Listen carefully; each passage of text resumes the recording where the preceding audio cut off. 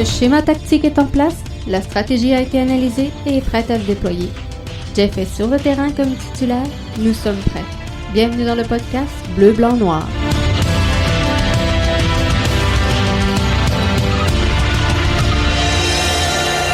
Bonsoir tout le monde et bienvenue à cette nouvelle édition du podcast BBN, le podcast Bleu, Blanc, Noir, podcast édition du 24 septembre 2020. Il est 20h au moment où on se parle et je vous souhaite la plus cordiale des bienvenues dans ce rendez-vous presque quotidien, parce qu'on n'est pas tout le temps là, mais on est là souvent. Donc, je vous souhaite la plus cordiale des bienvenues. Ce soir, gros podcast, je voulais pas revenir sur les dernières performances de l'Impact qui sont, on va se l'entendre, qui sont plutôt ordinaires. Donc, je veux pas, on a fait le débrief après la dernière rencontre, alors d'analyser en profondeur. Si tu veux faire une analyse profonde, il faut que tu aies un peu de substance. Et l'Impact, clairement, nous a pas offert de substance lors de la dernière rencontre. Donc, je veux pas rentrer dans les détails de cette rencontre-là et j'espère qu'on va tourner rapidement la page sur cet épisode-là et qu'on va entrer donc de plein fouet et combatif lors du prochain match.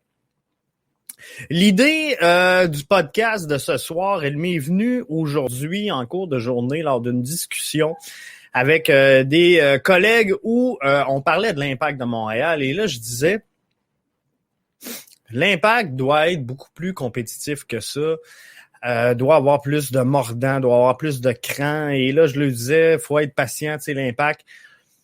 Et il y a quelqu'un qui me disait, Jeff, arrête ça. L'Impact sera plus dans le coup bientôt. Puis il disait, regarde tout l'argent qui se dépense présentement en MLS et le pouvoir d'attraction de l'Impact de Montréal versus certaines autres formations de la Ligue. Comment tu veux que l'Impact demeure compétitif et attractif? Puis, le monde de la MLS, le monde du soccer, c'est it's money talk. Hein? C'est de la grosse argent qui se brasse. Et même si nous, on est des fans, même si nous, on est des assidus, même si on regarde, si on analyse, si on commente, ce qui se passe dans les bureaux demeure dans les bureaux et c'est une business sportive. Le sport professionnel est avant tout une business sportive. Donc, il faut regarder tout ça. Le soccer évolue au Canada, donc il faut regarder également l'évolution du soccer canadien. Il faut voir qui décide le projet. C'est quoi qui s'en vient ici aussi avec l'expansion de la CPL. Et c'est quoi le dialogue qu'il y a entre la CPL et la MLS présentement? Donc, j'ai dit, ça vaut à peine, puis je vais vous faire un peu part de la réflexion qu'on a eue dans cette petite discussion-là. Mathieu qui se joint à nous via la plateforme YouTube. Mathieu, auditeur assidu que je salue. Bienvenue dans le podcast BBN. Il y a un budget salarial dans la MLS, mais je comprends le point. C'est pas qu'une affaire de budget salarial, Mathieu. Puis je vais descendre mes points, puis je vais revenir après pour expliquer en détail c'est quoi ça. L'Impact a pour objet de demeurer compétitif et attractif. Et si je regarde les dernières signatures puis la réalité du marché montréalais, on sort là où oubliez, mettez de côté votre cap des fans de l'Impact, essayez de penser business parce que c'est les deux points. Voyez-vous, demeurer compétitif et attractif. Après ça, it's money talk, c'est les deux premiers points qu'on va regarder. L'Impact doit demeurer compétitif, l'Impact doit demeurer attractif également. On a présentement une ligue qui tente de s'approcher le plus possible des 5 grands circuits européens. Je pense qu'on est tous d'accord là-dessus. La MLS se tourne de plus en plus vers des nouveaux objectifs et veut faire progresser son circuit. On peut pas lui en vouloir, c'est encore une fois, c'est de la business. Et si tu veux une business en santé, il te faut une business qui progresse. Donc, le niveau de jeu doit également progresser. Donc, comment le marché de Montréal peut demeurer compétitif, peut demeurer attractif quand, et là, je sais qu'il y a plein d'auditeurs qui sont avec nous. Vite comme ça, pouvez-vous me trouver le taux de change au moment où on se parle, le dollar canadien versus le dollar US, et me transmettre ça en commentaire, s'il vous plaît. Ça va m'empêcher de faire la recherche. Mais l'impact, c'est ses revenus, on va s'entendre en argent canadien. Si vous allez à un match de l'impact ce soir, vous allez déplier de l'argent, ben là, il n'y en a pas. Mais une saison normale sans pandémie, vous allez pousser de l'argent canadien que vous avez gagné en travaillant au Canada. Donc, ça va aller de concert, c'est sûr. Donc, la plupart de l'argent perçu par l'Impact de Montréal, parce que la MLS tire beaucoup d'argent présentement, et on parlera des revenus télé un petit peu plus tard, mais l'argent revient beaucoup de la poche des citoyens par les revenus au guichet. Donc, 0,75, Michel, qui devrait pas être très, très loin. Donc, si c'est pas parfait, mais on est à peu près dans ces eaux-là. Alors, on perd 25 cents de la pièce tout de suite en partant. Si on se compare avec tous les clubs, outre Toronto et Vancouver, en partant, il nous manque 25 cents de la pièce pour demeurer compétitif. Ça, c'est le premier point. Demeurer ou devenir attractif, on amène en MLS de plus en plus de joueurs européens et on tente d'enlever ça, je le sais. On veut rajeunir la Ligue. Mathieu qui nous dit la MLS veut devenir une ligue vendeuse. Ce sera plus difficile de se rapprocher du top 5 mondial.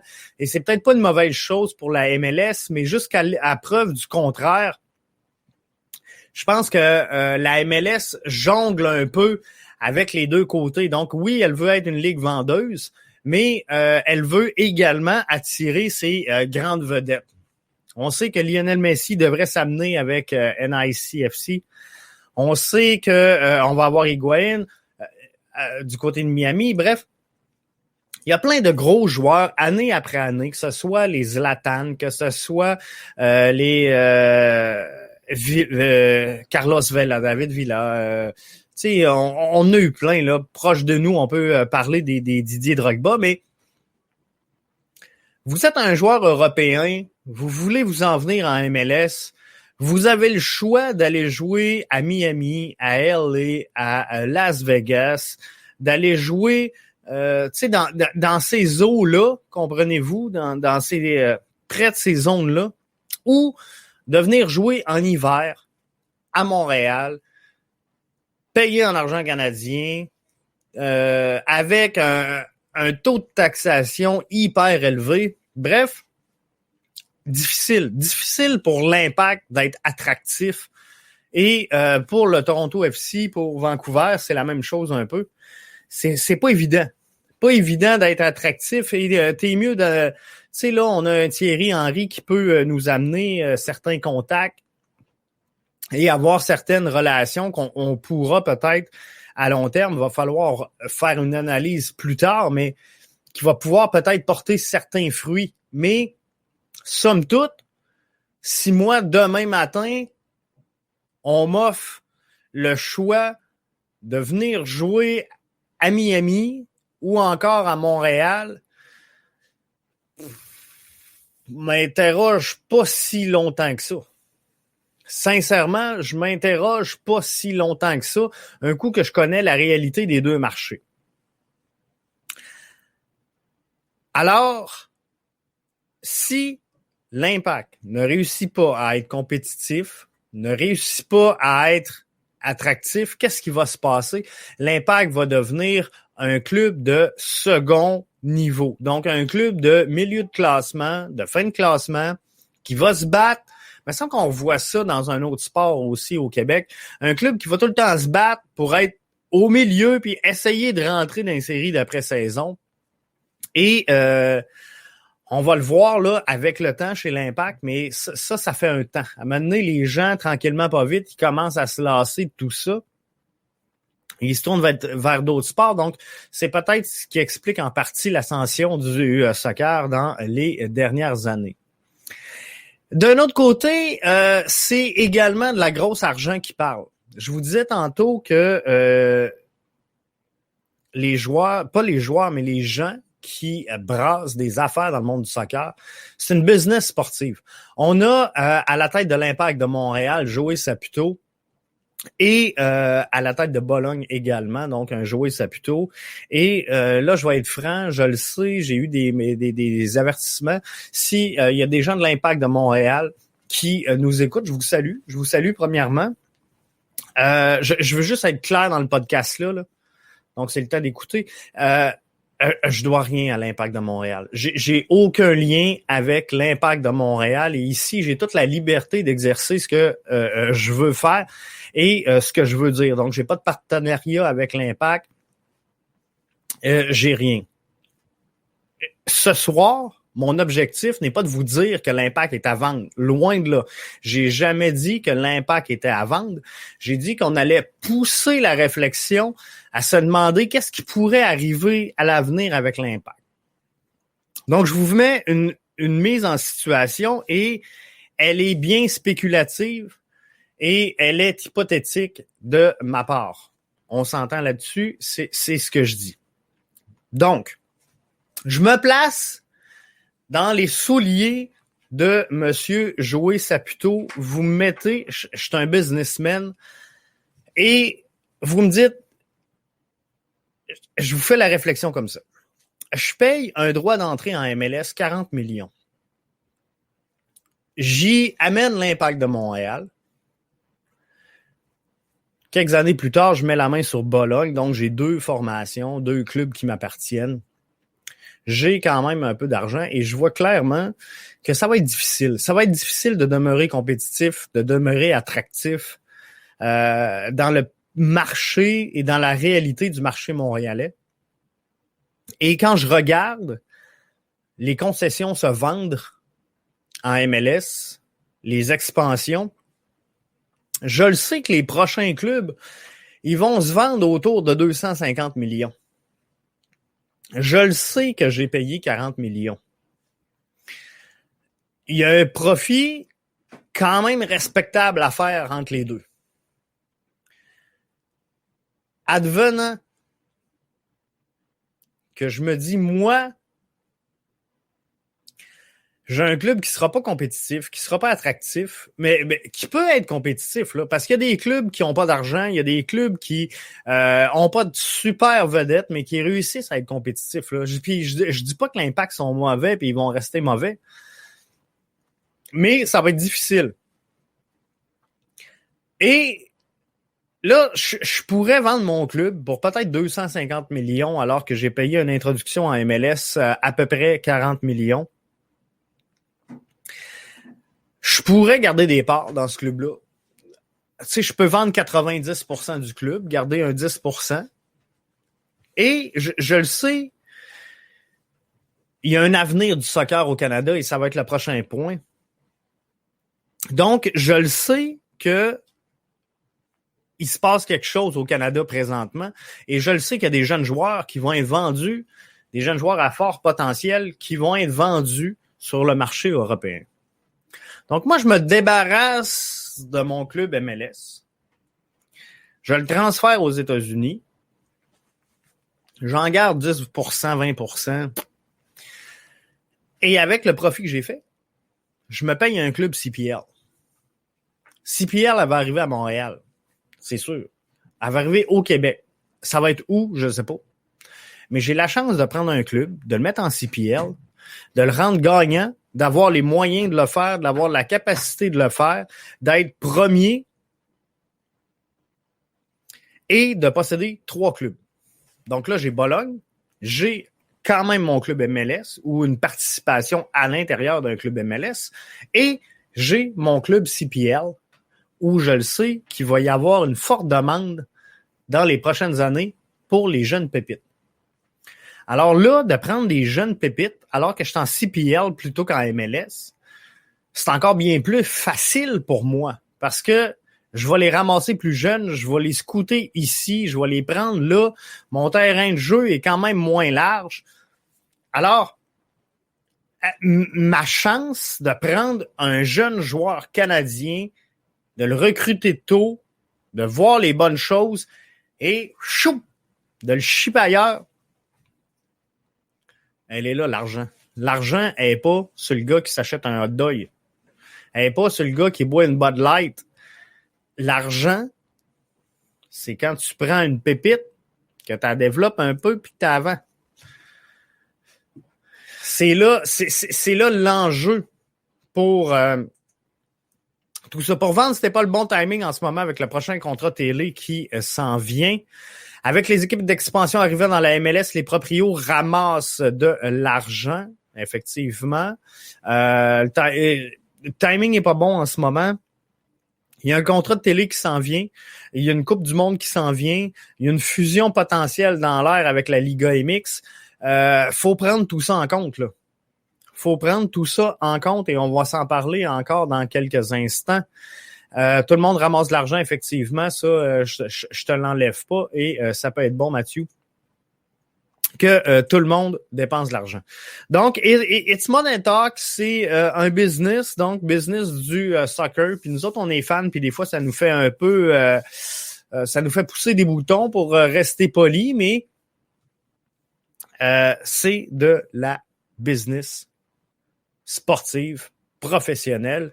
Et parfois, la poche décide avant le cœur, avant bien des choses.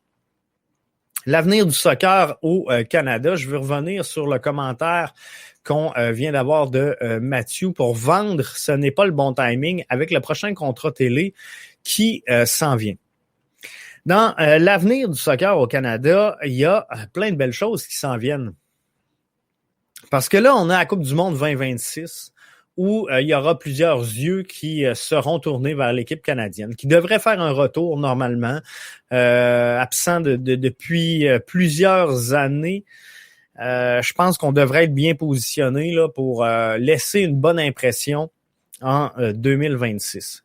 Il y a dans l'avenir du soccer également une fusion qui plane. Je dis pas qu'elle est faite, je dis pas qu'elle est planifiée, je dis pas qu'elle va se faire, mais il y a une carte à jouer entre la MLS et la Liga MX. Et c'est pas une rumeur que j'invente, là. Allez googler, vous allez voir que je suis pas le premier à vous parler d'une éventuelle fusion MLS-Liga MX. Il y a également le fait que la FIFA devra donner son aval à tout ça, peu importe ce qui advient. Parce que présentement, normalement, si on veut être by the book avec les règlements de la FIFA, chaque pays doit avoir son propre championnat finalement.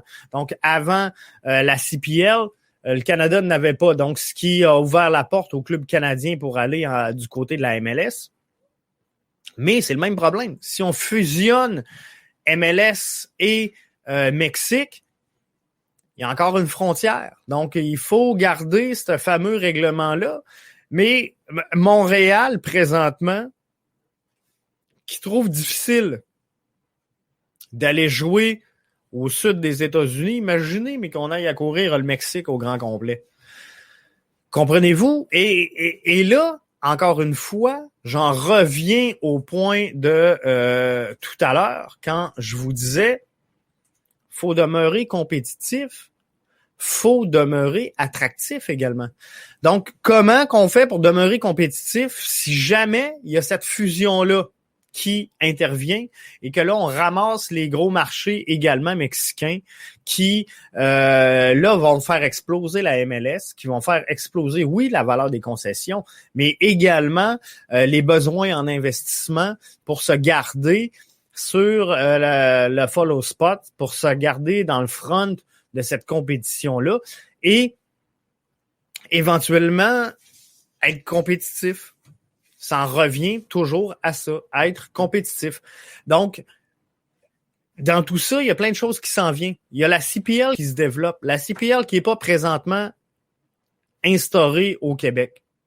Et qui décide c'est quoi le projet soccer au Québec?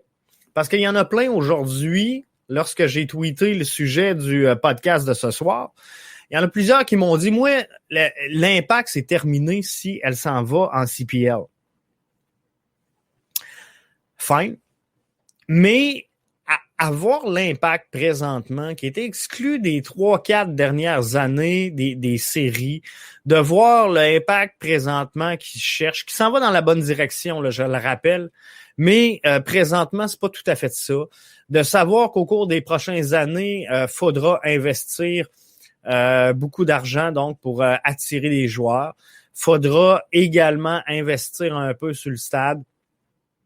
Bref, va falloir encore sortir de l'argent et dans l'ombre de cette MLS-là, il y a la CPL qui pousse, il y a la CPL qui veut grandir et il y a la CPL qui veut rentrer au Québec. Il n'y a pas de place. Il n'y a pas de place. On dira ce qu'on veut, mais il n'y a pas de place à Montréal pour 2 formations de soccer professionnel. On le verra comme on veut. Moi, je vous dis, le marché n'est pas rendu là encore. Puis peut-être dans 10 ans, dans 15 ans, dans 20 ans. Mais aujourd'hui, on se parle, il n'y a pas de place. La CPL, pour connaître un bon succès, doit avoir 6 à 8 000 fans. Billets de saison vendus. Donc, si on rajoute à ça les fans de l'Impact qui doivent également acheter des billets de saison, je pense pas que les gens achètent les deux, consomment les deux produits. Donc, qui va décider c'est quoi le projet?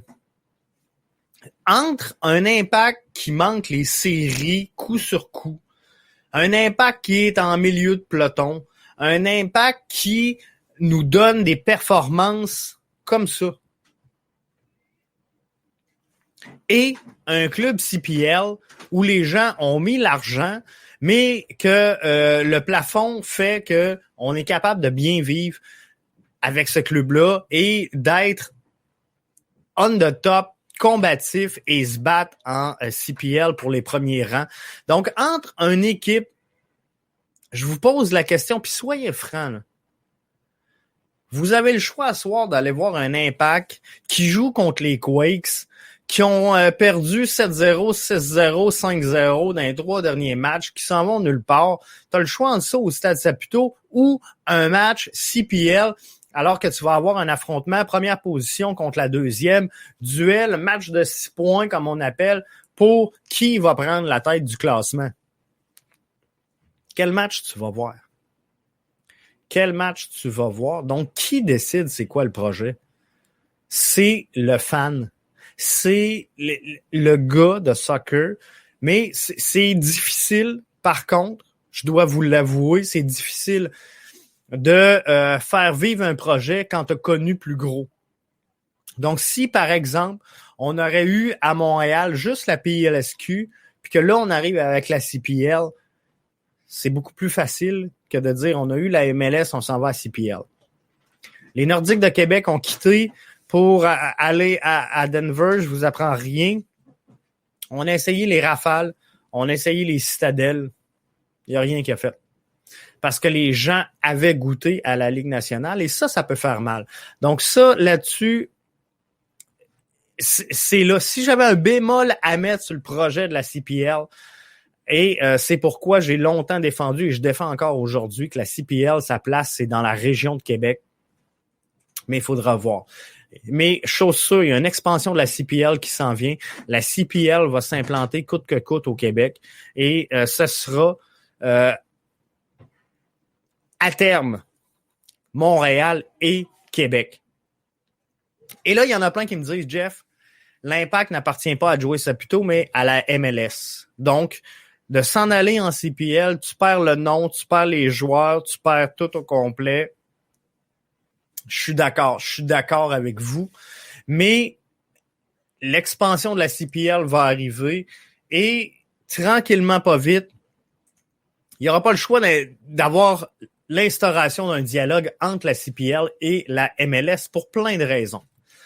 Plein de raisons parce qu'à un moment donné, dans l'expansion de la MLS, dans la progression de la MLS, surtout si on intensifie les discussions de fusion avec la Liga MX, ce serait pas impossible que les 3 clubs canadiens deviennent un épine dans le pied de la MLS.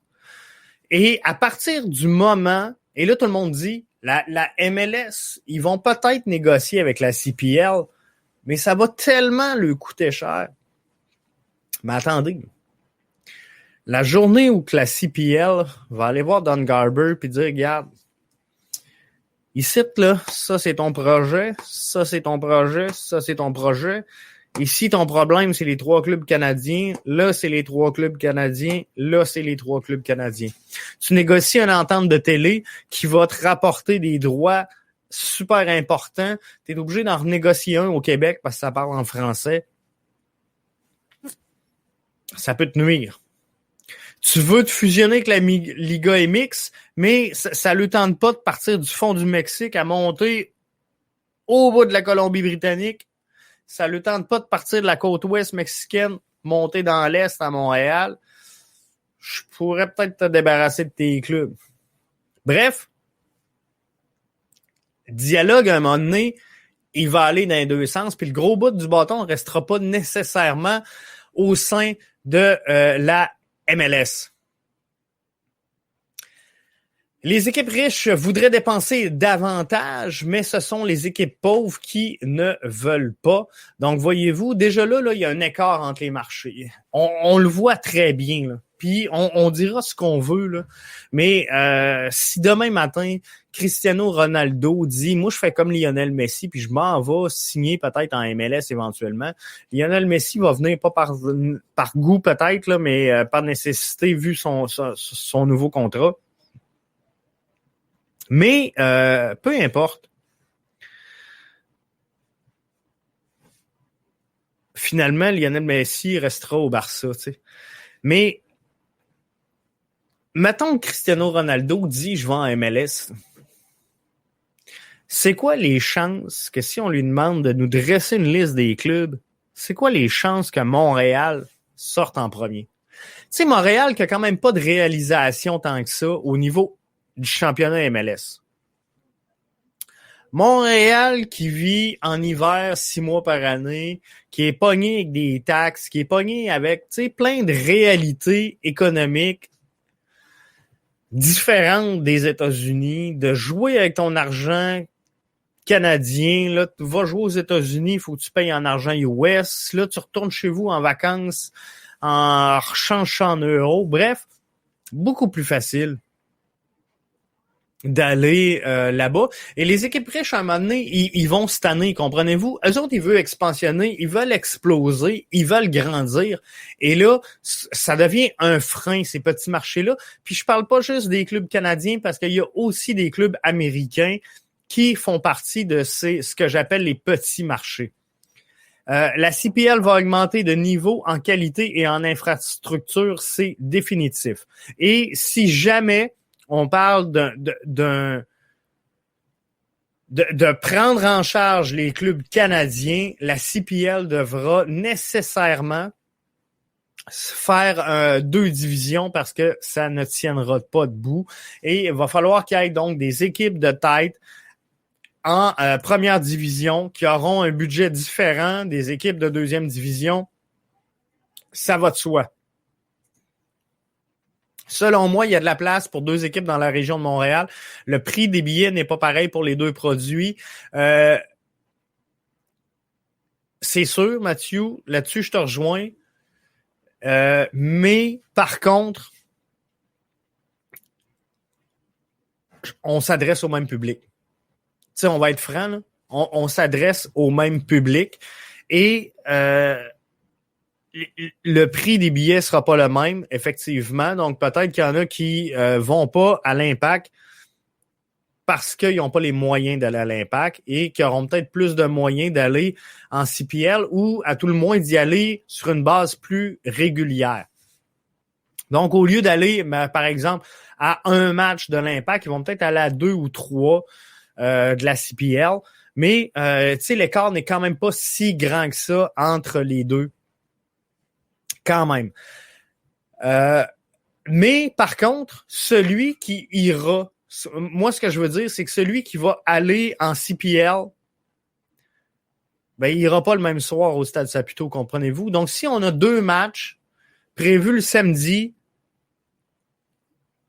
on va pas doubler soudainement le nombre de fans qui sont portés à aller au soccer, comprenez-vous? Le fan va faire un choix. Une rivalité Montréal-Québec, ça peut fonctionner.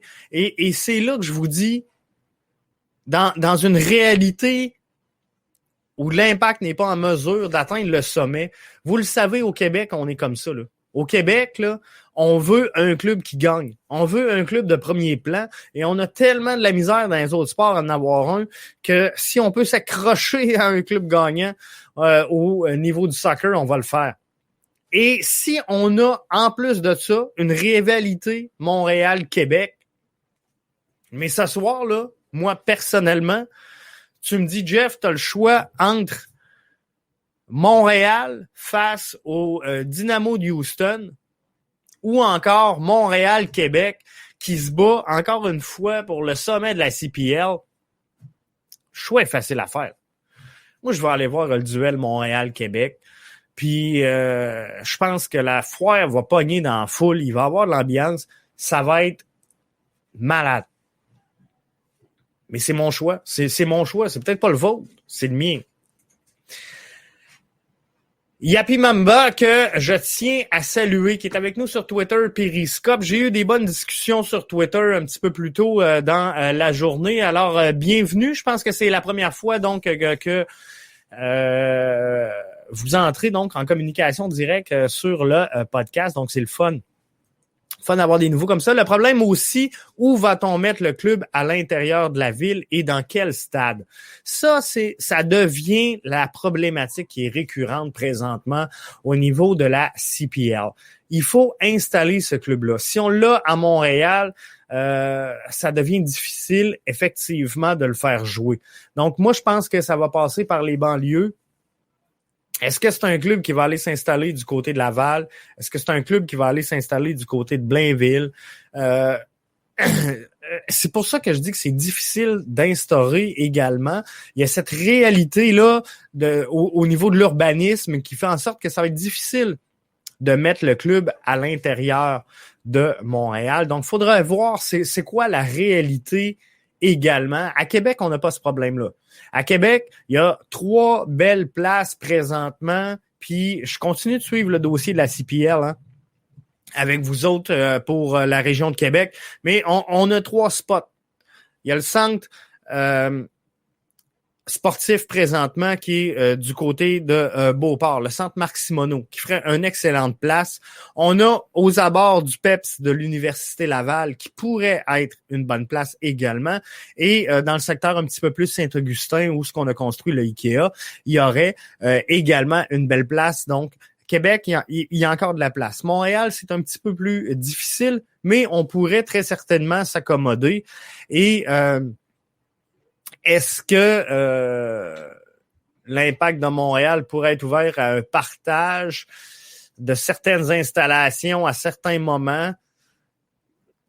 J'ai un doute, là, mais il y a quelques avenues. Il y a quelques avenues quand même à évaluer là-bas. Mathieu qui nous dit les gens qui vont voir les matchs de la PLSQ, ce sont les mêmes pour la MLS. PLSQ, il faut faire attention, c'est différent.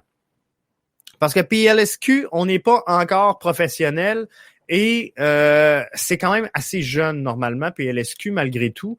Donc, tu sais, on est encore au stade où, pour certains matchs, pas pour toutes, mais les parents vont voir les matchs, la famille proche, les amis, les chums, les blondes. Bref, il y a un cercle autour de chaque équipe. Tu sais, les jeunes ont grandi, ont sorti de l'école. Il y en a plusieurs qui encore sont dans cette phase-là où ils ont leur clic scolaire, soit qui ont évolué au collégial 3A, soit qui ont évolué universitaire. Donc, ils ont encore ce cercle-là et sont connus un peu dans le milieu scolaire. Ce qui fait que ça attire des gens.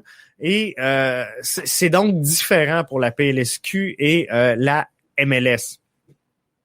Donc, il n'y a pas vraiment de compétition entre PLSQ et MLS, selon moi. À York, c'est ça le problème. Les fans du Toronto FC ne sont pas au match de York 9. Tu vois, c'est exactement ça. À un moment donné, il y a une problématique parce qu'on a deux formations et de goûter, c'est sûr, au niveau supérieur, ça devient difficile d'essayer de vendre un calibre qui est peut-être inférieur. Mais je vous le dis, là, malgré tout, it's money talk. C'est un business sportif et moi, demain matin, je suis Joey Saputo. Je suis dans une pandémie sans précédent.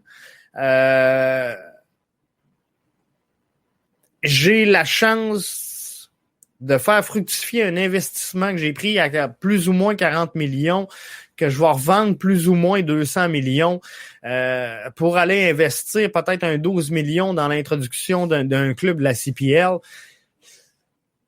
et d'avoir la chance d'avoir 3 clubs. Ou en CPL, je vais faire de l'argent à vendre des joueurs, ou en MLS, je vais faire de l'argent sur les revenus télé, je vais faire de l'argent également à vendre des joueurs. J'ai Bologne qui peut faire un beau tremplin facile. J'y pense. Je réfléchis fort en tabarouette. Puis dans le day-to-day, tu sais, c'est ça que je fais. Tu sais, c'est ça que je fais de mes journées. Moi aussi, j'en prends des décisions d'affaires, puis j'en prends des décisions qui sont parfois stratégiques ou des fois, tu as le cœur déchiré, mais pour le bien de la business, pour le bien personnel également, il y a des décisions que tu n'as pas le choix de prendre. Il y a des décisions, à un moment donné, quand tu es en business, il y a un train qui passe, il est en mouvement, il faut que tu sautes. Tu sautes ou tu le rates, c'est un des deux. Donc, la plupart des hommes d'affaires vont sauter. Et c'est normal. Donc, it's money talk. Là-dessus, je vous dis pas, gang, que l'Impact est à vendre. Je le rappelle, je vous dis pas que l'Impact est vendu. Je vous dis pas que l'Impact est pas au calibre de jouer en MLS. Ce que je vous dis, c'est qu'une réflexion à faire sur l'avenir du soccer au Canada. Il y a une réflexion à faire sur comment demeurer compétitif et attractif. Et c'est quoi l'expansion de la MLS? C'est quoi l'avenir du soccer ici?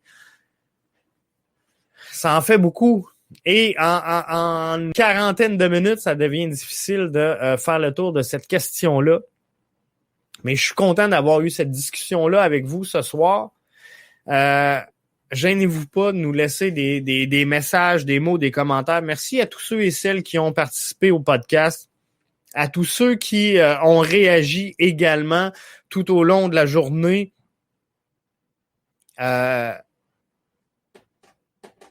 Sur les réseaux sociaux. Et c'est le fun. C'est le fun de voir quand on peut avoir une bonne discussion. Et c'est le fun de voir qu'il y en a qui s'éclipsent totalement, là.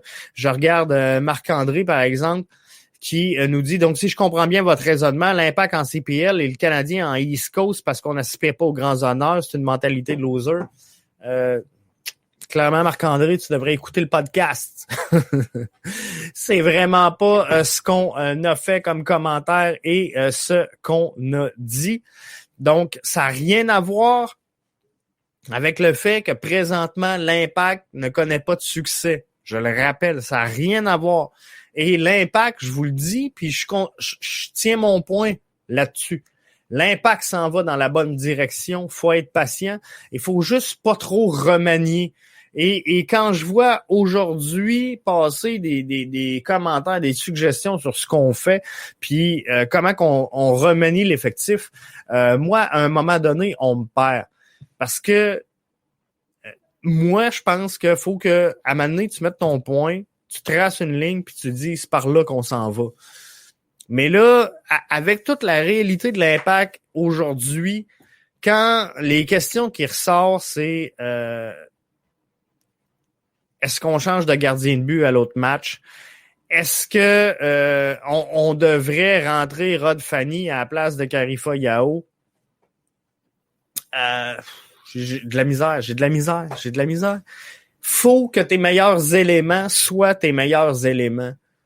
Fait que dans le meilleur des mondes, là, il faut que Maxi Urruti soit sur le terrain puis qu'il produise à la hauteur de ce qu'il devrait produire. Faut que Boyan soit là puis qu'il produise à la hauteur de ce qu'il devrait produire.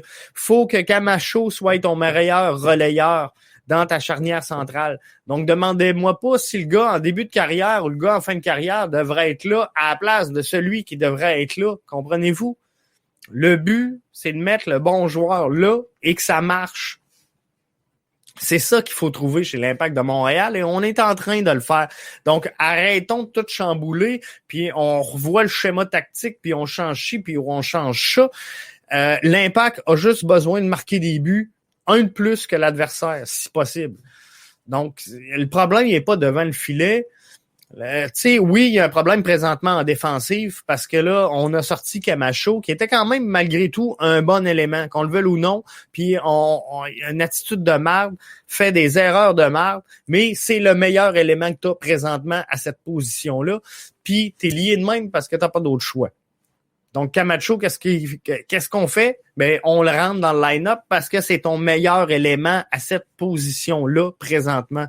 Comprenez-vous? Donc, faut juste que nos meilleurs éléments soient nos meilleurs éléments et ça va bien aller dimanche, mais restons focus. Thierry Henry, si tu écoutes le podcast, si quelqu'un te fait vent de ce podcast-là, oublie le dernier match. Reviens à l'autre d'avant et continue dans cette voie-là. Poste pour poste, on change. On aurait dû changer que Kyoto. Et Maciel, donc, qui n'était pas là, mais Camacho doit être à sa place. En temps normal, Maciel. En temps normal, Kyoto. Donc, fallait faire du poste pour poste avec Camacho. Fallait faire du poste pour poste avec Maciel. Fallait faire du poste pour poste pour Romel Kyoto. Donc là, tranquillement, pas vite, tout ce monde-là vont revenir. Il manque Saphir Taider, qui est quand même un élément clé qui fait mal. Puis je l'aime pas ses coups francs, je l'aime pas ses corners, je l'aime pas dans plein de situations, mais c'est ton meilleur élément à cette place-là. Donc c'est lui qui va là. Vous comprenez? Grumpy Old Man. Salut, ça fait longtemps, il me semble qu'on ne s'est pas jasé. Il y a la réalité du besoin de rotation des joueurs. Commentaire est mis sur la plateforme Twitter Periscope. C'est sûr que la réalité du besoin de rotation des joueurs. Mais il faut que tu ailles. Et ça me fait rire parce qu'il y en a plein qui m'ont dit tout au long de la journée, Caleb CPL, si on s'en va en CPL, moi je décroche. Si on s'en va en CPL, moi je décroche. Mais quand les gens me disent on devrait sortir les Boyan, les Lassie, les Taider, les Urruti, les Camacho pour rentrer des Sedic, des Chaume, des Yao, si on sera pas loin, on sera pas loin du Caleb CPL. Mais faut que tu demeures donc une formation quand même combative et Thierry Henry l'a dit, puis là-dessus je le rejoins. Puis on aura beau dire que tu perds 3-0, il y a des éléments que tu veux laisser sur le terrain. Il y a des éléments, il y a un cœur, il y a une colonne vertébrale que tu veux laisser en place. Donc oui, il y a la réalité des besoins de rotation, mais d'un autre côté, il faut quand même que tu aies un club qui fait du sens sur papier, sur le terrain. Et normalement, avec 3-4 jours de repos entre chaque rencontre, les joueurs doivent quand même être en mesure de récupérer. On a une formation quand même qui a 26 ans à peu près de moyenne d'âge quand on regarde le line-up, la titularisation de ce club-là. C'est une équipe qui devrait être en mesure normalement de récupérer son énergie assez rapidement. Et je pense que c'est possible de le faire. Certains veulent voir des jeunes joueurs, mais ils sont les premiers à critiquer quand ils sont pas bons. Là-dessus, Mathieu, je te rejoins tellement, toi qui interviens sur notre plateforme YouTube, je te rejoins tellement parce que, tu sais, on demande de sortir des joueurs, mais quand on rentre des Yao, quand on rentre des Waterman, quand on rentre des Sedic, ben ça fera pas, c'est pas MLS, c'est pas le gars, il a joué 12 minutes dans un match, ça fera pas. On peut-tu leur donner le temps de s'impliquer et de se développer? Regardez le meilleur exemple. Les deux frères Chouanière. Lequel des deux va s'être le plus développé au cours des 2 dernières saisons? Lequel des deux va s'être le plus développé au cours des 2 saisons? Est-ce que c'est celui qui joue en CPL, qui a des minutes, qui joue des matchs, qui est dans la réalité, ou c'est celui qui est assis sur le banc de l'Impact? Urruti ne fait plus partie du noyau. Boyan, encore une coupe de chance. Les jeunes, j'aime ça. Grumpy Old Man. Urruti, clairement, là-dessus, je te rejoins. Je pense qu'il fait pas tant partie du noyau. Et visiblement, là, le dernier match nous a démontré, hors de tout doute, qu'il n'était pas à la hauteur de ce qu'il commandait. Moi, si on me dit, t'as Urruti qui est en sub sur ton banc, qui te coûte 200-300 000 par année, je peux vivre avec. Il te demande un 20 minutes par match. Mais présentement, là, avec son statut, faut qu'il soit ton meilleur. Boyan, encore une coupe de chance. Boyan, le problème, il est mental. Il n'est pas physique, il n'est pas technique, il n'est pas sur le jeu. Boyan doit réapprendre à se faire confiance, réapprendre à aimer son sport et ça va venir tout seul. Est-ce que c'est faisable? Boyan, selon moi, n'a pas besoin, puis c'est bien personnel, n'a pas besoin d'être coaché par un Thierry Henry, n'a pas besoin d'être encadré par un directeur sportif. Boyan a besoin de se retrouver et de retrouver cette passion-là pour le jeu. Boyan a besoin d'apprendre à se faire confiance et à redevenir l'athlète qu'il a déjà été et qu'il aurait dû faire. Boyan a été brûlé par les médias européens parce que on l'a mis sur un piédestal, on l'a surévalué, on l'a survendu et on a exigé qu'il soit meilleur que son niveau. Année après année, ça l'a brûlé. Donc, Boyan, encore une coupe de chance. Moi, je suis bien capable de comprendre cette situation-là, mais je pense que la meilleure chose à faire, c'est de l'encadrer et de lui donner tout le support qu'il peut avoir pour se retrouver, lui, personnellement, et retrouver sa passion du jeu. Les jeunes, j'aime ça. Je pense que je te rejoins, Grumpy, là-dessus. C'est la meilleure étape, la meilleure phase et la meilleure place pour développer tes joueurs, c'est sur le terrain. C'est pas en pratique. Quand le niveau est pas là, quand l'intensité est pas là, c'est sur le terrain. On devient pas champion dans le ring en se battant. On confirme qu'on est champion. C'est la même chose pour le soccer. Donc oui, il faut qu'il s'entraîne fort à l'entraînement, mais donne-lui une chance de te prouver sur le terrain qu'il est en train de devenir un athlète. Club école, ça, on pourrait en parler longtemps. Je vais garder ça pour un autre podcast. Mathieu qui nous dit, je vais le dire franchement, l'Impact a raté le développement des frères Chouanière, c'est vraiment dommage. On pourrait-tu embarquer Mathieu là-dedans, par exemple, Anthony Jackson-Hamel? Est-ce qu'on pourrait rentrer Salazar? Est-ce qu'on pourrait rentrer Balou Tabla? Est-ce que, comprenez-vous, la liste, elle peut s'allonger? J'achète. Tant mieux. Urban Philosophie nous dit, faut pas oublier que la CPL est compétitive en CONCACAF et ont même vaincu Olympia, donc Forge. Imaginez lorsque le salaire sera 5 fois plus haut. Et faut pas oublier aussi, quand je parlais tantôt, je vais revenir rapidement sur l'avenir du soccer au Canada. Et ça passe par quoi? Le dialogue de la CPL avec la MLS, l'expansion de la CPL. Est-ce que ça se pourrait que on devienne avec une excellente Ligue des champions de la CONCACAF?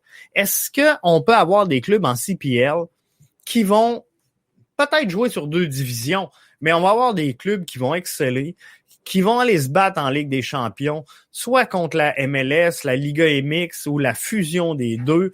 Mais est-ce que c'est cette super ligue-là qui pourrait prendre toute la place et devenir le pôle d'attraction principal de cette rivalité Canada, États-Unis, Mexique? Faudrait pas oublier ça dans l'équation non plus. Grumpy qui nous dit avec un vrai neuf de calibre, il reprendra confiance. Moi, je pense que sincèrement, Grumpy, dans son cas, il lui faut, et on est revenu, ceux et celles qui sont seulement à l'audio, là, je prends des commentaires sur Twitter, YouTube, Facebook, mais Grumpy qui va avec le commentaire suivant, avec un vrai neuf de calibre, il reprendra confiance en lui. On parle de Boyan, bien sûr, dans la situation présente, mais Boyan, sincèrement, moi, je pense que si il réussit dans un match à marquer 2-3 buts et d'avoir une séquence productive, tu sais, je le sais que Saphir Taider, il est parfait sur les penalties. Mais juste d'aller taper dans le dos à Boyan, on en a un, let's go, mets là-dedans. Puis que là, ça le relance. Et qu'il marque un but sur la frappe qu'il a prise au dernier match. Ben là, la confiance, elle se replace. Si après ça, il fait 2-3 belles passes décisives, qui est joueur Vidéotron du match, joueur Elix, appelez-le comme vous voulez, sur Twitter, il gagne 2-3, ça plutôt d'or. Comprenez-vous que ça va se ramener.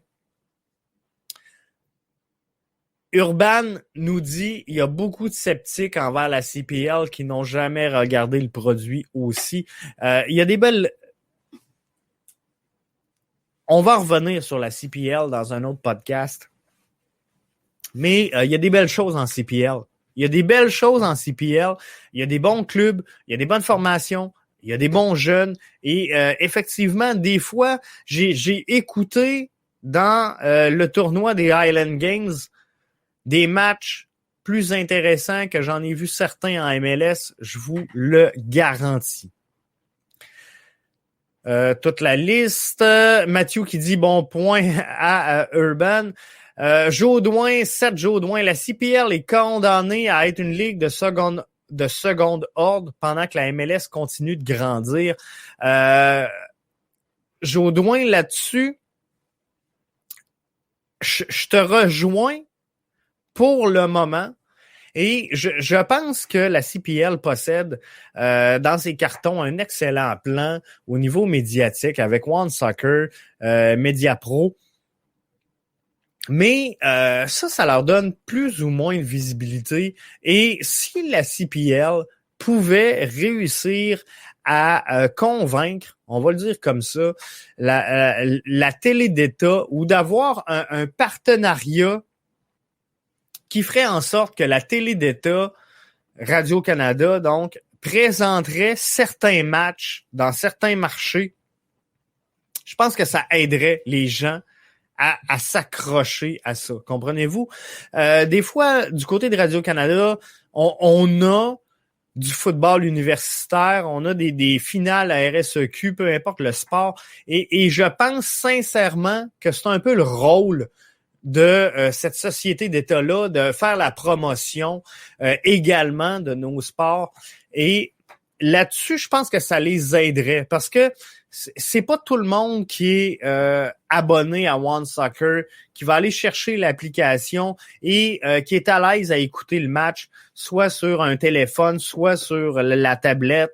C'est pas tout le monde encore qui a des télés intelligentes puis qui peut juste swapper pour envoyer ça sur la télé. Bref, c'est pas donné à tout le monde encore. Donc, la relation entre le public et les formations présentement, elle n'est pas encore au niveau de ce qu'il faut être, mais l'image qu'elle dégage est bonne et je pense que donc il y a un gros coup marketing à jouer pour la CPL. Grumpy, coup franc, Boyan est le meilleur du club selon les journalistes. Moi, je donnerais à Boyan les pieds arrêtés. Je donnerais à Boyan les corners. Il a pas mal fait lors de la dernière rencontre sur les corners. Donc, je pense que ça pourrait être bien. 99% en anglais. J'ai pris du retard un peu. Jodoin dit, je veux pas diminuer la ligue. L'avenir passe par la MLS. Peut-être que oui, mais c'est vraiment l'avenir qui va nous le dire, hein, Jodoin, pour la MLS, parce que il y a tellement de choses. La Coupe du Monde va avoir un impact direct sur ce qui va se passer dans le soccer au Canada. Cette fusion-là possible avec la Liga MX va changer le visage du soccer également. Il y a le contrat de télé qui va être renouvelé, qui va changer le visage également de cette ligue-là. Donc, l'avenir passe par la MLS dans la mesure où la MLS réussit à tirer son épingle du jeu. Et ça, c'est pas garanti qu'elle va le faire. CBC diffuse des matchs de la CPL le samedi. C'est exactement là qu'il faut aller. C'est sûr que ici, bon, on n'a pas de formation encore, mais j'espère que Radio-Canada le fera à partir du moment où la CPL sera implantée au Québec. Si la CPL est une ligue de seconde zone par rapport à la MLS c'est quoi par rapport à la Liga MX? Ben, c'est un peu ça. On vit tout dans l'ombre des autres et la MLS, elle est, qu'on le veuille ou non, gang, elle est condamnée à ne jamais être le summum. Parce qu'elle a décidé qu'il en serait ainsi. Mais présentement, si tu es un club de la MLS, il y a deux options qui s'offrent à toi pour gérer ton club. La première option, c'est de dire, moi, je vais prendre des jeunes, je vais les développer, je vais les vendre en Europe, je vais mettre de la petite monnaie dans ma poche. Ça, c'est une option. OK? On développe des jeunes, on vend ça. Donc, on prend les jeunes qui sont pas au sommet de leur carrière et on les ship en Europe et on leur dit, va améliorer le championnat européen, tu as le potentiel de le faire. Et l'autre, à l'opposé de ça, on a les joueurs, les clubs, les formations, les propriétaires qui disent, nous, pour connaître du succès, notre recette, elle est fort simple. On prend des joueurs que la carrière achève, on les paye à gros prix, on les fait venir ici, donc, ils sont finis. Ils sont pas finis, mais ils sont en déclin, comprenez-vous? Donc, ils arrivent ici avec pas d'avenir, avec la formation, mais un nom, une réputation, donc ça amène du monde au guichet, donc de la monnaie dans la petite poche. Mais entre les deux, qu'est-ce qui se trouve? Et là, vous avez votre réponse. Pourquoi l'Impact n'est pas au sommet? Parce que entre les deux, entre les pépites que tu vends et les joueurs que tu attires qui sont en déclin, se trouvent les joueurs qui n'ont juste pas la capacité présentement d'être en Europe. Parce que on est une ligue de seconde zone. Si Boyan, tantôt là, on parlait, moi puis Grumpy, si Boyan est un joueur qui excelle, comprenez-vous? Là, je vous dis, moi, Boyan, il y a un trouble mental présentement, un trouble de confiance. S'il n'y a pas ce problème-là, là, Boyan n'est pas à Montréal. Boyan est au Barça et c'est le prochain Lionel Messi. Si Maxi Urruti marque 2 buts par game, il n'est pas ici. Il est en Europe. Si Saphir Taider, qui est parfait sur les penalties, est en mesure, fait très bien le travail de relayeur, fait bien le travail de transition, alors s'il est parfait, ses corners, ses coups francs, ses pieds arrêtés sur... Il n'est pas ici. Il signe en Europe. Donc, si les joueurs sont ici, entre les deux réalités que c'est un jeune qu'on va vendre, c'est un vieux qui achève, entre les deux, ils n'ont juste pas le calibre pour être l'autre bord.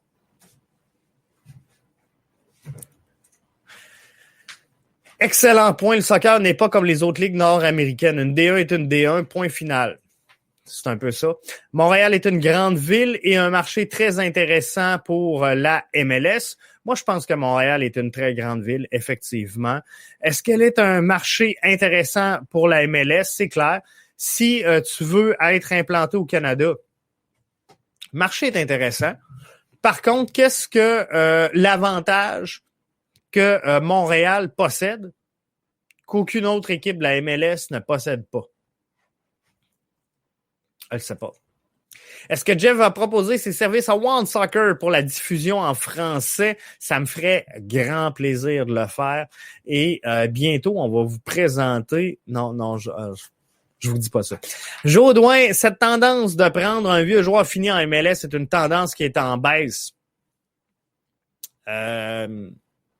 Tout le monde est excité par cette... Quand on a dit Lionel Messi va s'en venir avec un ICYC,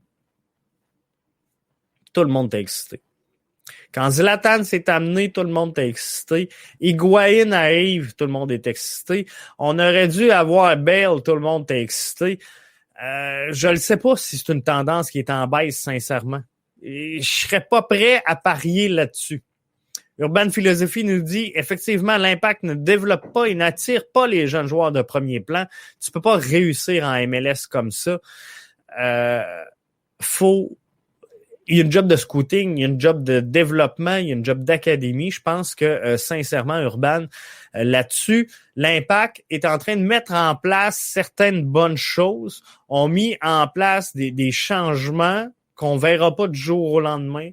Mais là, l'arrivée d'Olivier Renard, de Thierry Henry, Pat Leduc à l'académie qu'on a scrappé, qu'on a monté en U23, je pense que c'est tous des changements qui vont aller dans le bon sens.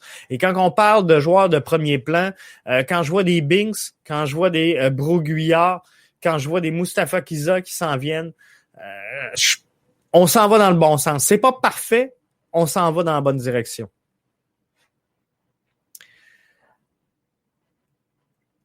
Grumpy qui nous dit, Boyan, s'il serait parfait, il est à Montréal, il torche la Ligue, clairement.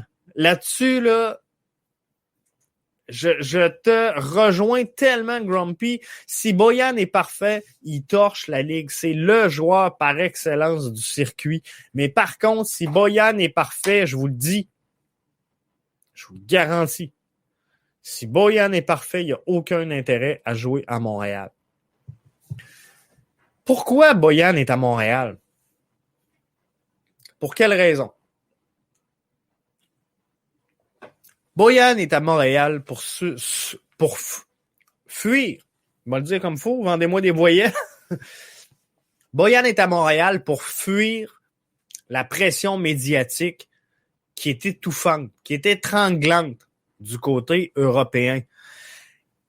Le choix logique pour Boyan, c'est de dire, moi, je vais m'éloigner un peu des follow spots. Je vais faire un travail d'introspection sur ma personne. Je vais reprendre le goût au soccer. Je vais réapprendre à me faire confiance et je vais apprendre à grandir dans la réalité des médias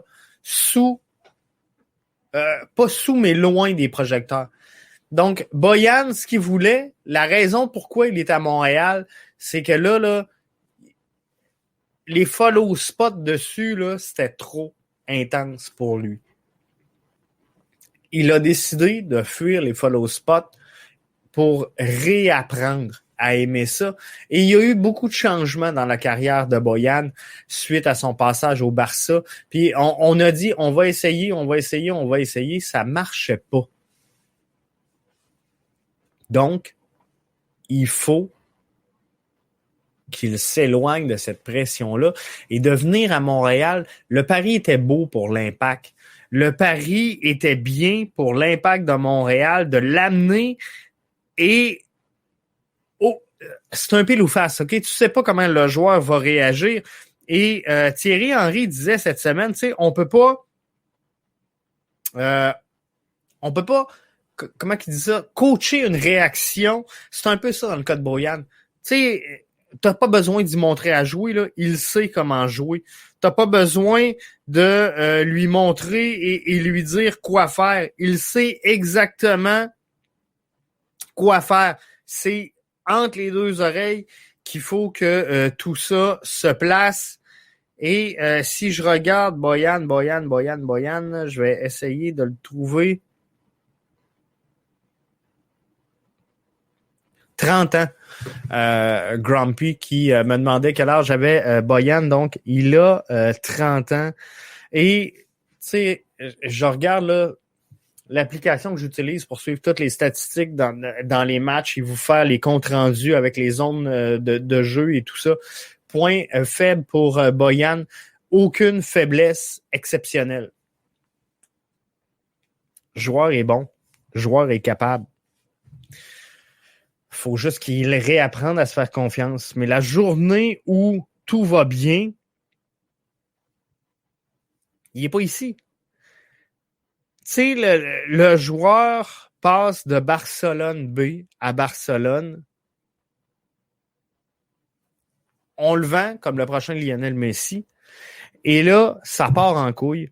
C'est Roma, Milan, Roma, Barcelone, l'Ajax, Barcelone, Stoke City, FSV Mainz, Stoke City, Deportivo Alvarez, Stoke City, et là, se ramasse à l'Impact de Montréal. Donc, si tout va bien, cette liste-là, à fond, il est au Barça. D'accord, pour réussir en MLS, l'Impact doit faire mieux au niveau du développement de l'académie. Là-dessus, c'est définitif. Mais ça, par exemple, Jodoin, et c'est là le problème avec la fanbase de l'Impact, on n'est pas capable de donner du temps au temps. Et pour réussir en MLS, l'Impact doit faire mieux au niveau du développement, entre parenthèses, son académie. C'est définitif. Je suis 100% d'accord, mais ça nous donne pas une victoire dimanche. Et là, le problème, c'est que les gens, ils veulent une victoire dimanche. Comprenez-vous? On n'est pas prêt à attendre que ce développement-là se fasse. Si tu as une question à poser à Bojan, ce serait quoi? Bojan s'est présenté aux journalistes sans aucune question. Si j'ai une question, une seule question à poser à Bojan et lui laisser vraiment le temps de répondre, ce serait aussi simple que Bojan, comment ça va? Et là, tu laisses répondre. C'est juste ça. C'est juste ça. Tu penses quoi d'un derby entre Montréal contre West Island en Pointe-Claire? Moi, je pense que je suis pas certain qu'on peut vendre le sport professionnel avec des marchés aussi rapprochés. Moi, je pense que si on veut une CPL qui marche, il faut, par exemple, qu'il y ait Vancouver. On va y aller avec, par exemple, Calgary, Edmonton, Winnipeg, Toronto, Ottawa, Québec, Halifax. Donc, au Québec, là, Montréal, Québec, that's it. Si on est avec Montréal, Québec, Pointe-Claire, Saguenay, Deux-Montagnes, Trois-Rivières, Sorel-Tracy, Saint-Georges-de-Beauce, non, ça le fait pas. Ça le fait pas. Donc, Montréal, Québec, that's it. S'ils font jouer les jeunes, je suis prêt à être patient, moi aussi. Et c'est ce que je veux. Moi, j'ai pas de trouble à voir Karifa Yao sur le terrain. J'ai pas de trouble à voir Waterman. J'ai pas de trouble à voir un Sedic, à avoir un Sean, à avoir un Maciel. J'ai un trouble à ce qu'on voit ces joueurs-là sur le terrain et qu'on ait toute la fanbase qui disent « Asti, on l'a encore perdu. On jouait contre le Crew de Columbus, son premier au classement. Maciel fera pas le job. Yao s'est fait défoncer. » Comprenez-vous? Moi, je suis prêt à faire jouer les jeunes.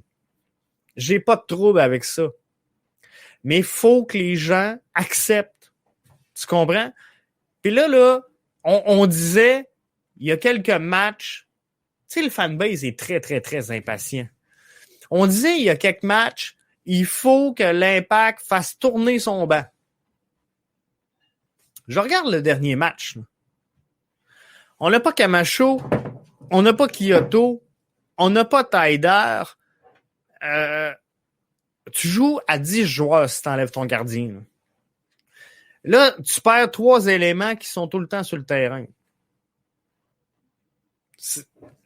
On est proche de 33% de ton alignement. On sort Boyan, on sort Orji sur blessure. Qu'est-ce que tu veux de plus comme rotation? Qu'est-ce qu'on veut de plus? On sort Piet, on rentre Chametchon. On sort Piet, on rentre Sedic. Après, pas de trouble avec ça. Mais faut juste pas dire si on s'est fait défoncer. Comprenez-vous? Ils sont dans un stade de développement. Soyons patients. On peut sortir de l'île au vélo. Jodoin qui dit les joueurs les plus intéressants cette année, Zachary Broguillard et Binks, des jeunes joueurs. Sincèrement, là, les joueurs les plus intéressants cette saison, j'y vais avec toi. Zachary Broguillard, fine. Binks, génial. Samuel Piet, la transformation qui arrive avec lui cette saison, je trouve ça de bon goût. Également. Maciel, c'est pas encore tout à fait ça, mais on le développe. Et ça, j'aime ça. Comprenez-vous? Fait que Maciel, c'est pas la surprise la plus intéressante de la saison, mais on sent qu'on s'en va dans le bon sens. On sent qu'on le fait progresser. J'ai bien aimé Yao, mais moi, je fais partie de ceux-là, puis vous direz ce que vous voulez, là. Sans aucune prétention, moi, je fais partie de ceux-là qui pensent que tu peux pas évaluer le travail d'un joueur après 90 minutes de jeu. Je suis pas capable d'avoir joué Yao un match hier puis de te dire ce gars-là va être malade en MLS ou ce gars-là fera pas la MLS. Moi, je pense que tes joueurs, là, tu dois les développer puis c'est long.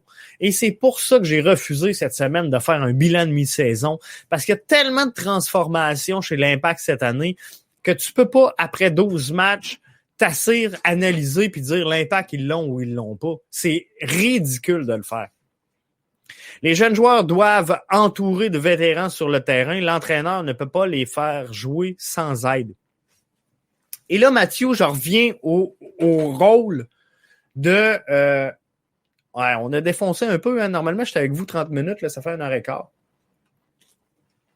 Mais j'aime ça. Les jeunes joueurs doivent être entourés de vétérans sur le terrain. On est sur YouTube encore une fois. Donc, l'entraîneur ne peut pas les faire jouer sans aide. Je suis 100% d'accord. Et quand on me demande, Jeff, Rod Fanny, ça sert plus à rien. 40 ans, il joue pas.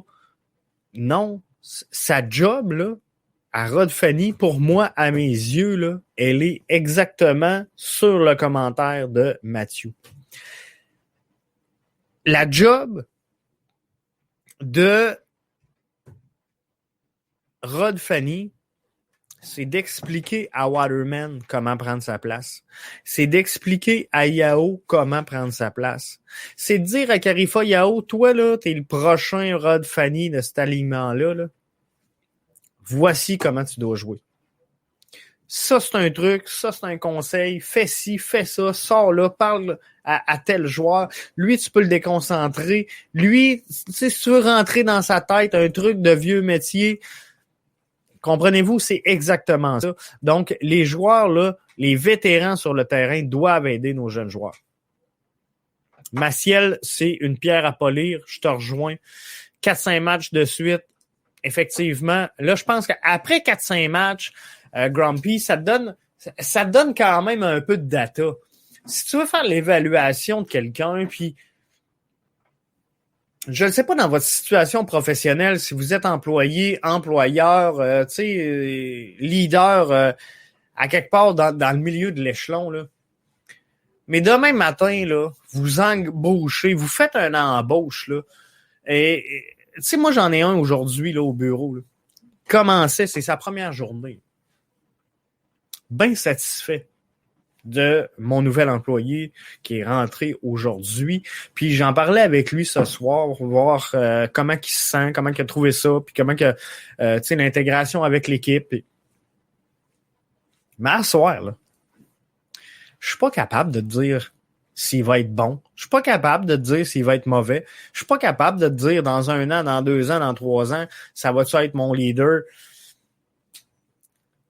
Après 4-5 jours collés là, de travail, là, ben là, je vais pouvoir te dire, lui, là, il va avoir la job. Lui, il la verra pas. Lui, on va être capable d'y confier des responsabilités. Lui, il est pas tout là. Lui, comprenez-vous? Là, t'as un peu de data, puis ça se peut que malgré ça, tu te trompes. Mais ça te donne une bonne base. Donc, 4-5 matchs de suite. Mais si je prends un employé, que je l'engage, je le fais travailler là, il retravaille dans 15 jours. Après ça, je donne un mois de congé, je le ramène. Puis, à un moment donné, je dis, gars, viens donc faire 3-4 heures. Ça marchera pas, c'est... J'adore Piette, mais pas à sa place dans un rôle plus offensif. Moi, je pense Jodoin, sincèrement, je pense qu'il se place tranquillement pas vite, Samuel Piette. Qu'est-ce qui est plus prestigieux? Une dynastie en CPL comme champion du Canada ou une queue de peloton en MLS? Ça, c'est l'éternelle question. Hein? Est-ce que t'es mieux d'être le meilleur des pourris ou le plus pourri des meilleurs? Ça dépend beaucoup de la vision de chaque personne. Jodoin dit, Maciel est jeune, mais j'ai hâte d'en voir plus. J'ai vraiment hâte, Jodoin, d'en voir plus. Et j'en reviens là au commentaire il y a quelques secondes de Grumpy. Je pense que de le voir 4-5 matchs collés, ça va nous donner le data qu'il faut pour réussir à avoir une bonne base. L'Impact avait eu du succès en NASL A-League, mais ça passait inaperçu malheureusement. Je ne sais pas, Mathieu, si ça passait inaperçu. Puis je suis pas prêt à dire que ça passait inaperçu. Et je crois sincèrement que l'Impact n'avait pas nécessairement le pouvoir de ses ambitions à cette époque-là. Le soccer n'était pas rendu au niveau où il est présentement. Donc, il y a plein de facteurs qui sont venus jouer là-dessus. Urban nous dit, vrai, mais Atlético Madrid croit en la CPL. Pas de gros club euro croit en la NASL. Tu sais, il y a plein de clubs, hein, qui sont ouverts à investir dans le sport professionnel. Et il y en a en MLS, il y en a en CPL. On a vu l'Atlético se diriger du côté d'Ottawa. On a longtemps parlé de du marché de Québec comme étant une possible association avec un grand club connu, reconnu également. Donc, je pense que l'avenir de la CPL va passer par là. L'avenir de la CPL va passer par cette union, ce mariage entre ici et l'Europe. Gagner des trophées, vendre des billets, je pense que c'est la meilleure façon. Le meilleur marketing qu'un club ne peut pas avoir, c'est de gagner. Ici, aujourd'hui, l'Impact était champion de la MLS dans les 3 dernières années. On se parle même pas de tout ce qu'on se parle présentement parce que l'Impact va bien, l'Impact est au sommet, les gens sont au rendez-vous, les gens appuient, les gens comprennent ce qui se passe. Alors, gagner des trophées, vendre des billets, c'est cause à effet direct. Québec, peloton, MLS. Je ne sais pas, Québec en MLS, sincèrement. Moi, le plus beau cadeau qui pourrait m'arriver dans ma vie, c'est de voir Québec-Montréal en MLS. Ça, j'aimerais vraiment ça, de voir un derby Québec-Montréal en MLS, mais sincèrement, le Québec, c'est un petit marché.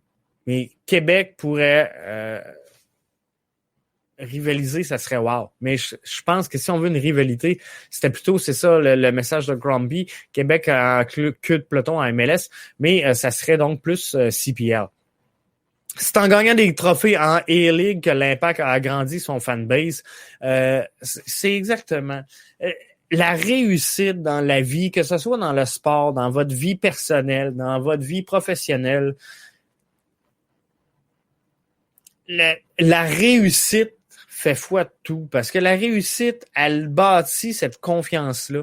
Une confiance que tu as besoin pour rayonner, pour dégager une certaine aura. Et tu sais, il y a des gens que tu dis dans la vie, eux autres, là, tout ce qui touche, ça réussit. Tout ce qui touche, tout ce qu'ils entreprennent, ils réussissent. Pourquoi vous pensez que c'est comme ça? Hein? C'est une question de confiance. Puis c'est vrai dans le sport, puis c'est vrai dans ta vie, à toi, personnelle. Quand tu te lèves le matin, que tu sais, t'es rasé, t'as une belle coupe de cheveux flambant neuve, l'équipement neuf, char dehors, il est flambette, tu viens d'avoir ta paye, tu t'en vas à la job, ça va bien en tabarnouche, tu comprends? Qu'est-ce qui peut m'arriver de pire? Mais tu te lèves le matin, là, t'ouvres le frigidaire, la pinte de lait est vide, tu te revires, il n'y a plus de pain. Là, tu vas travailler, t'as pas mangé, t'arrêtes au Tim Hortons, check dans tes poches, t'oublies ton portefeuille à la maison. Là, t'arrives au bureau, le boss te tombe d'en face parce que t'as oublié de quoi hier. Quelle style journée de merde. Mais là, tu dégages plus cette aura de confiance. T'as plus ce pouvoir-là d'attraction sur ton entourage et sur ta personne. Parce que si t'as pas confiance en toi, si t'es pas maître de ta propre personne, de ton moi Inc., tu peux pas rayonner, tu peux pas... C'est contagieux, la réussite. Si l'Impact gagne, les gens seront au rendez-vous. Et son parcours en Ligue des Champions, ce que Forge a bien fait en CONCACAF, le move en MLS à un haut niveau a permis de rayonner. À un moment donné, en plus, dans tout ça, t'atteins un certain stade où tu ne fais qu'acquérir de la notoriété et que peu importe les résultats. Et je fais rarement des comparatifs au hockey, mais on le voit très bien avec le Canadien de Montréal qui s'est bâti avec les années, comment je pourrais dire, une fanbase parce qu'ils ont connu du succès, parce qu'ils ont été bons. Là, sont mauvais depuis 1993, mais c'est encore jam-pack au Centre Bell pour les matchs du Canadien. On en parle partout. C'est le sujet number one. Si le Canadien va bien, on dira ce qu'on veut, mais si le Canadien va bien, le Québec va bien. La journée que l'Impact va gagner des championnats MLS, des Ligues des champions et tous ces succès-là vont se succéder année après année. Si le Canadien continue de boiter comme c'est le cas depuis 1993 et que l'Impact de Montréal colle 4-5 bonnes années, je vous garantis que l'Impact coupe l'herbe sous le pied et passe en avant. Et après ça, un coup qu'ils vont s'être bâti une réputation où ils vont avoir gagné pendant 4-5 ans, la notoriété va s'installer. Les gens vont vouloir être à l'Impact, vont vouloir être associés à l'image de l'Impact. Les gens vont vouloir avoir le crest de l'Impact, de porter le blason, porter l'uniforme fièrement et de dire, regarde, Montréal, on est bleu, blanc, noir. Tout est là. Tout est dans le succès. La victoire fait gage de tout. Hey, quasiment 1h30. C'est le trip. C'est une émission 3 pour 1 ce soir. Hey, non, mais sans farce, en terminant, merci d'avoir été aussi nombreux à être aussi grand nombre. On se retrouve demain pour mettre la table pour le match de dimanche. Dernier rendez-vous de la semaine sur le coup de 20h. On met la table, qu'est-ce qui va se passer dans le prochain match. On va commencer à spéculer un peu tranquillement, pas vite, sur les 11 de départ. Mais sans plus, on sait que Thierry Henry va nous en jouer une de toute façon. Alors, merci à tous d'avoir été là, que ce soit sur Twitter, sur Facebook, sur YouTube, sur Periscope. Et bientôt, donc, on met le podcast en ligne pour les gens qui voudraient l'écouter en audio. Donc, merci à tous d'avoir été là. Je pense que ce fut un excellent podcast. Et on se donne rendez-vous demain soir, 20h.